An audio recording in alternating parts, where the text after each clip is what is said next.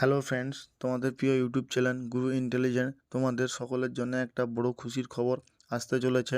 যেটা হলো কলকাতা পুলিশের নতুন ভ্যাকেন্সি আসতে চলেছে।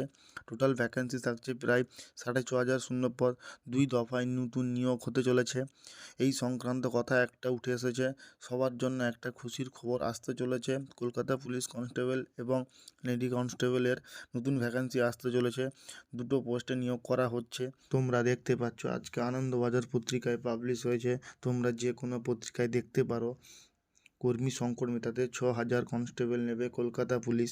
2 দফায় নিয়োগ করা হবে। তোমরা দেখতে পাচ্ছ কলকাতা পুলিশে কর্মী সংকট দীর্ঘদিনের। তার মধ্যে কনস্টেবল পদে বহুদিন নিয়োগ না হওয়ায় বর্তমান প্রায় 12,000 পদ খালি।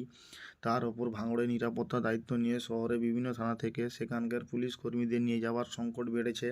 বাহিনীতে নিচুতলার কর্মীর অভাব ফেলেছে যান শাসন, থানার কাজ।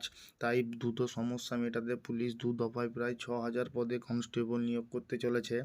প্রথম দফায় 2,220 জনকে নিয়োগ করা হবে। ইতিমধ্যে তার শারীরিক ও লিখিত পরীক্ষা হয়েছে। আজ বৃহস্পতিবার থেকে ইন্টারভিউ শুরুর কথা। এই পুলিশ কর্তা জানিয়েছে, কনস্টেবল পদে 1,500 জন পুরুষ এবং 700 জন মহিলা নিয়োগ প্রক্রিয়া শেষ পর্যায়ে। ওই পদের জন্য 12 দিন ধরে 6টি জায়গায় ইন্টারভিউ নেওয়া হবে। তার মধ্যে 2 জায়গায় কলকাতা পুলিশের আধিকারিকরা ইন্টারভিউ নেবেন। এরপরে উত্তীর্ণদের প্রশিক্ষণে পাঠানো হবে। তবে কোথায় প্রশিক্ষণ হবে তা এখন তো চূড়ান্ত হয়নি বলেই জানিয়েছে এই পুলিশ কর্তা।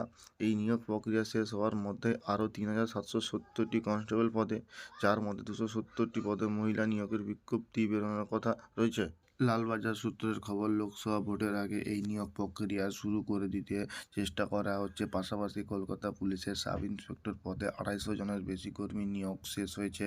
বর্তমানে তাদের প্রশিক্ষণ চলছে।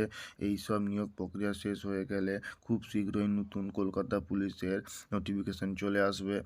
তোমাদের ভিডিওটা ভালো লাগলে লাইক, কমেন্ট, শেয়ার করে দেবে এবং চাকরি সংক্রান্ত বিষয়ে সবার আগে আপডেট পাওয়ার জন্য লাইক, কমেন্ট, শেয়ার, সাবস্ক্রাইব করে দেবে।